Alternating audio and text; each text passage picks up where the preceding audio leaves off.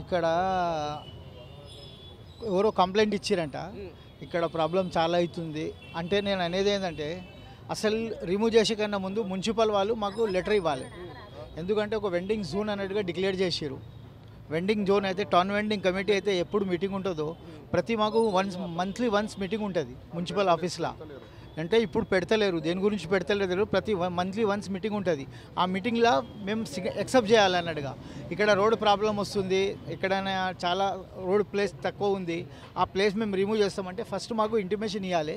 Intimation ఇచ్చి వాళ్ళకి alternately place చూపించి రిమూవ్ చేయాలి. అట్లా కాకుండా దౌర్జన్యంగా నిన్న ఎందుకు చేసిరు అది మాకు కూడా అర్థమైతే లేదు. అది దేనివల్ల అయింది మాకు దానికి తెలియదు. మాకు అంటే ఇప్పుడు మున్సిపాలిటీకి రోజుకో నెలకు ఎంత కడతారు రోడ్ సైడ్ ఉన్న షాప్స్ అయితే.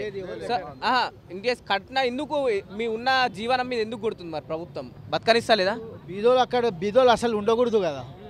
బీదోలు ఉంటేనే ప్రాబ్లం కదా. ఎందుకంటే మల్టీనేషనల్ కంపెనీస్కి ఇన్వైట్ చేస్తున్నారు. ఇప్పుడు వాళ్ళు ఏమంటారంటే వీళ్ళందరినీ రిమూవ్ చేసిన తర్వాతనే మేము ఎక్సెప్ట్ చేస్తామన్నట్టుగా మల్టీనేషనల్ కంపెనీస్ ఏదైతే వస్తున్నాయో, ఇప్పుడు డిమార్ట్ ఉంది, వల్మార్ట్ ఉంది, రిలయన్స్ ఉంది, ఇవన్నీ పెద్ద పెద్ద కంపెనీస్ మా చిన్న ఇండస్ట్రీస్కి కూర్చోబెట్టాలన్నాడు కదా. వీళ్ళంతా పెద్ద పెద్ద కంపెనీస్ ఎంట్రీ అయినాయి. ఏ దుకాణం అన్న? అది నేను వాళ్ళ యూనియన్ ప్రెసిడెంట్. నేను ఎన్ని సంవత్సరాల దందా ఎత్తులు? మేము 40 సంవత్సరాలు ఇక్కడనే బతున్నాం, ఈయనే చేసుకొని ఈయనే బతాం. ఇంతకుముందు కూడా 2 సార్లు ఇట్లనే అయింది. మళ్ళీ మా యూనియన్ తరఫు నుంచి వచ్చి మా వాళ్ళు కూర్చొని పెట్టారు. నేషనల్ యూనియన్ మాది స్టేట్గా మొత్తం సెంటర్ నుంచి ఉంది యూనియన్, మాది ఇక్కడనే కాదు సెంటర్కి ఉంది. సెంటర్కి వెళ్ళి కూడా మాది ఒకటే యూనియన్ ఉంది, నేషనల్ ఆకర్ ఫెడరేషన్ అని. వాళ్ళే వస్తారు, వాళ్ళే మాట్లాడతారు, కూర్చొని పెడతారు.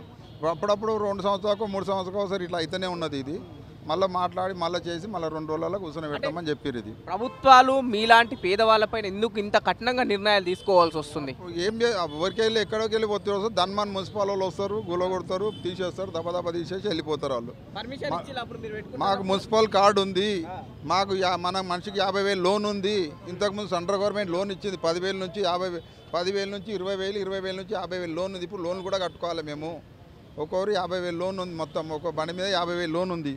ఆ బండి అవి కూడా కట్టుకోవాలి మేము. బండ్లు తీసేస్తే లోన్ ఎట్లా కట్టుకోవాలి? ఈ మున్సిపల్ వాళ్ళకి అన్నీ తెలుసు కాబట్టి నిన్న మున్సిపల్ వాళ్ళు వాళ్ళు రాలేడికి టౌన్ ప్లానింగ్ వాళ్ళు వచ్చి గులగొట్టిరు.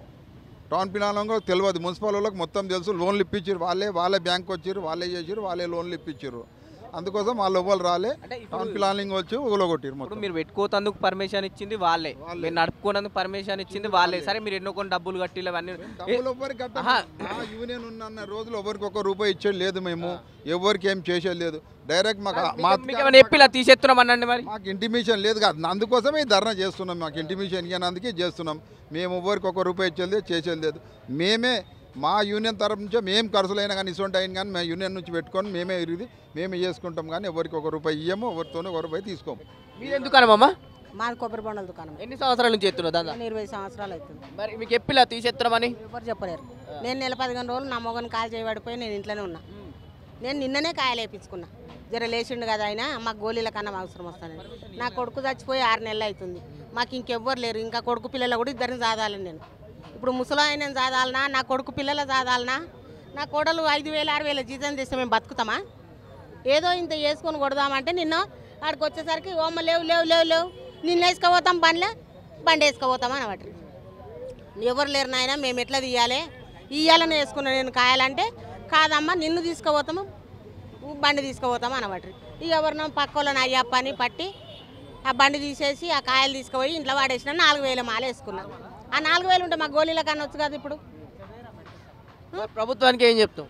ప్రభుత్వానికి మా జాగాలు మాకు ఇవ్వాలి.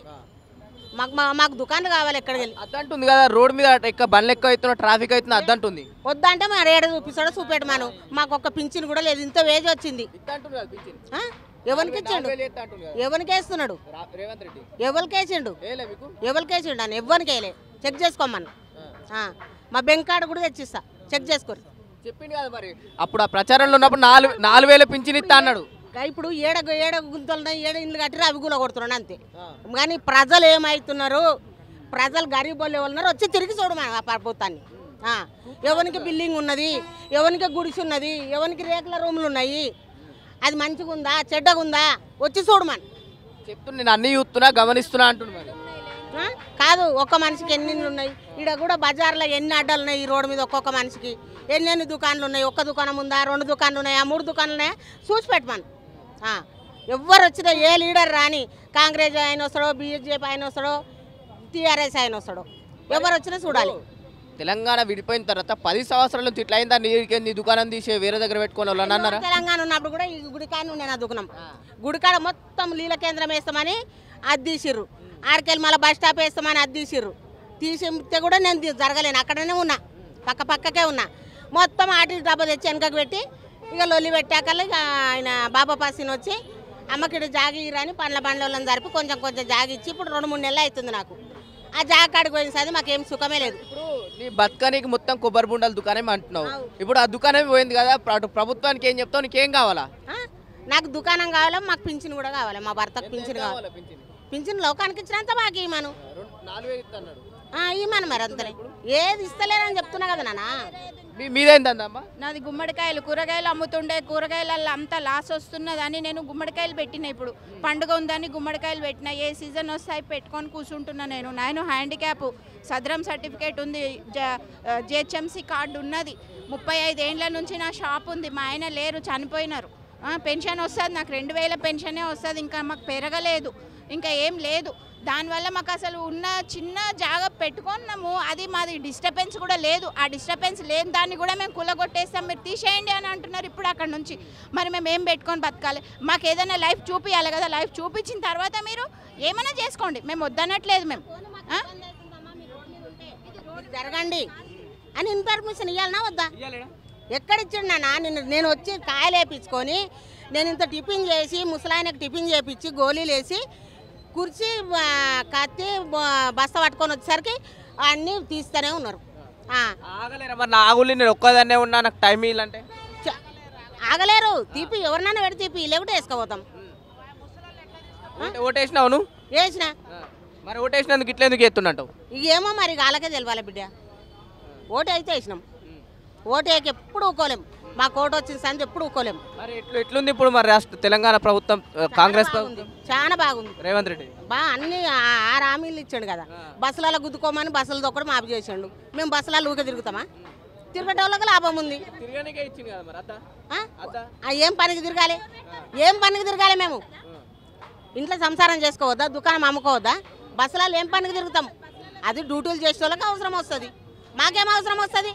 అది చేసే బదులు ఇంకేదైనా మేలు చేయనుండే మాకు. ఈ దుకాణం తీసేసుడు మేలు. అది